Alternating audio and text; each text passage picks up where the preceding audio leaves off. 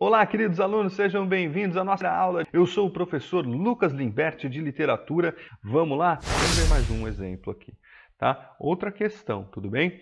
E aí, o que a gente vai fazer primeiro? Tem um excerto, tem um trecho, tem um enunciado, tem as alternativas. Primeira coisa, vamos ler o enunciado, tá? Depois, feita a leitura do enunciado, vamos para o comando de questão. O trecho do sermão do Padre Antônio Vieira estabelece uma relação entre a paixão de Cristo e, olha que interessante, então é um enunciado que está nos cobrando uma perspectiva de comparação entre coisas, já está nos dizendo que é Padre Antônio Vieira, então você vai lembrar, e isso é importante no Enem, né? Falou Padre Antônio Vieira, puxa, se você não lembrar, ok, você vai para a questão sem lembrar. Mas se você lembrar, olha o quanto de coisa que você já pode trazer de preparação. Então, Padre Antônio Vieira, um padre contra-reformista que esteve, né, no Brasil junto à Companhia de Jesus em 1600, que era do Barroco, que fazia sermões para o convencimento do gentil, né, das pessoas aqui da colônia, para a catequese, para trazer para a religião católica em plena contra-reforma. Enfim, você traz uma série de coisas. Ou seja, nós vamos ter que comparar o que o Padre Antônio Vieira disse da paixão de Cristo com alguma coisa do texto, tudo bem? Então, achamos o comando de questão, a relação da paixão de Cristo com o que ele está falando no texto, tá? Então, beleza.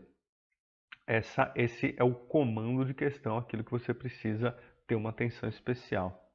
E aí depois vamos ler o texto já procurando a resposta. Padre Antônio Vieira comparou a paixão de Cristo com o quê? Tudo bem? Então, Padre Antônio Vieira, lembrem, esse escritor importantíssimo, que ele foi uma ferramenta contra-reformista, ele nasce em Portugal, mas desenvolve praticamente toda a sua literatura no Brasil, a chamada literatura jesuítica do Barroco, sob o viés conceptista, a fim de, a partir de uma discussão onde ele aproximava a relação das pessoas com o meio, né? Então ele era um padre que estava sempre preocupado em trazer questões mundanas, questões ligadas ao lugar onde as pessoas estavam, né?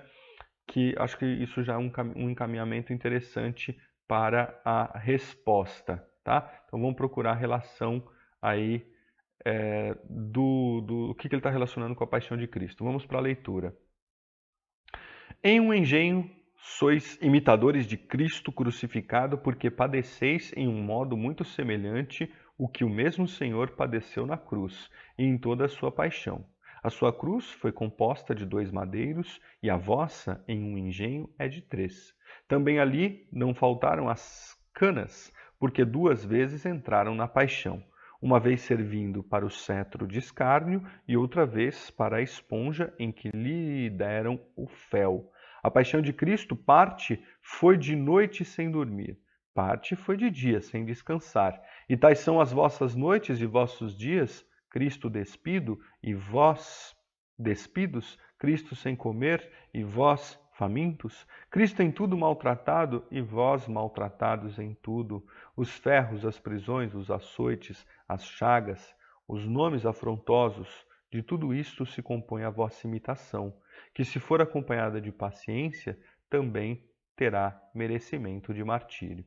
Olha que interessante, então Padre Antônio Vieira está comparando a crucificação de Cristo aos sofrimentos de alguma pessoa. Quem é essa pessoa, né? Quem é esse tipo de pessoa? Você vai percebendo e vai lembrar de uma série de questões que estão para além do texto, que dizem respeito ao lugar onde ele estava proferindo os seus sermões, né? Então imagina uma Bahia seiscentista, uma sociedade formada por, né, colonos, né, os proprietários de terra, o clero, os homens livres, pobres e os escravos, e em pleno ciclo da cana-de-açúcar. Então, são informações sobre o Barroco, que inclusive na aula do Barroco eu vou trazer para vocês, mas que fazem todo sentido para a gente buscar aí essa relação entre a paixão de Cristo com quem, né? Sois imitadores e de um modo muito semelhante para chegar às alternativas corretas, tudo bem? Quais são?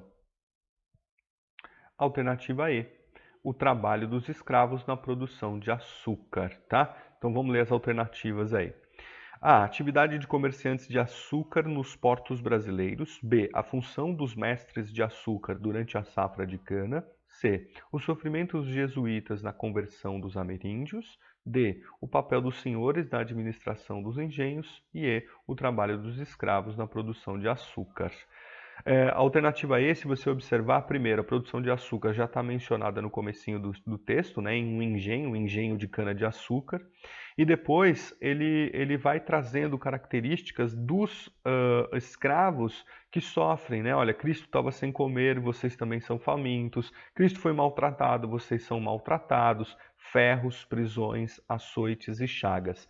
Essas 4 informações que ele coloca, não, 5, né, os nomes afrontosos que compõem a imitação do que foi Cristo, no fim das contas são características dentro dessa sociedade, como eu disse para vocês, estruturadas, né, patriarcal, elite, enfim, do engenho de cana-de-açúcar, né, que são os colonos, o clero, homens livres e escravos, são os escravos, tudo bem? Portanto, alternativa correta, alternativa aí. Olha os distratores, né?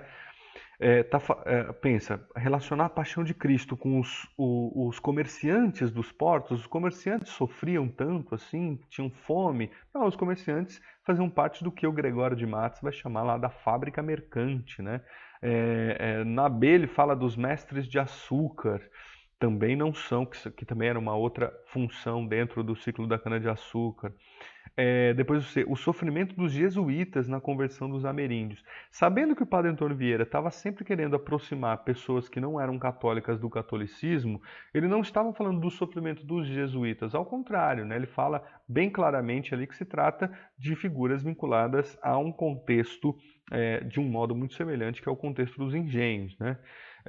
E depois a D, o papel dos senhores na administração dos engenhos. Será que os senhores de engenhos, donos ali